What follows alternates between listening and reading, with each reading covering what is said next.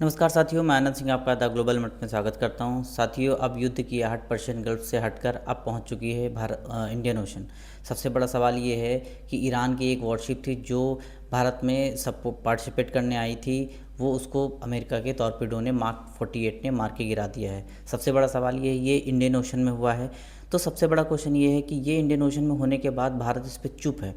आरिस जो ईरान का एक वॉरशिप था, आइरिस डेना DENA करके एक वहाँ का एक वॉरशिप था जिसको अमेरिका के मार्क 48 ने मार के गिरा दिया है।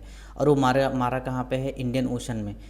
भारत इंडियन ओशन में मारने के बाद उसने ये मार्क रूबियो ने बताया, अमेरिका के सब लोग आके बताया कि हमने मार के गिरा दिया है।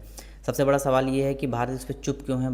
भारत के जो विपक्ष भी सवाल पूछ रहा है, भारत क्या इतना कमज़ोर हो गया है जो बचा नहीं सकता था? भारत बार बार ये कहता था कि हम हिंद महासागर के रक्षक हैं, हिंद महासागर में कभी भी कुछ भी प्रॉब्लम होता था तो भारत वहाँ पहुँचता था।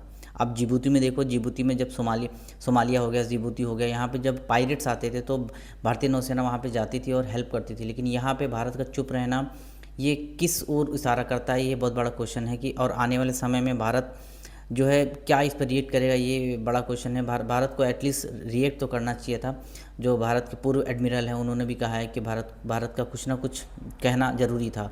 इस युद्धपोत में कम से कम बहुत सारे लोग थे जिसमें से 32 लोगों को बचा लिया गया है और बहुत लोग ज़मींदोज़ हो गए हैं, मर गए हैं, जिनको अमेरिका के मार्क 48 ने मारा है। और इसको हेल्प किया है किसने? श्रीलंका। सोचिए, श्रीलंका ने बचाया।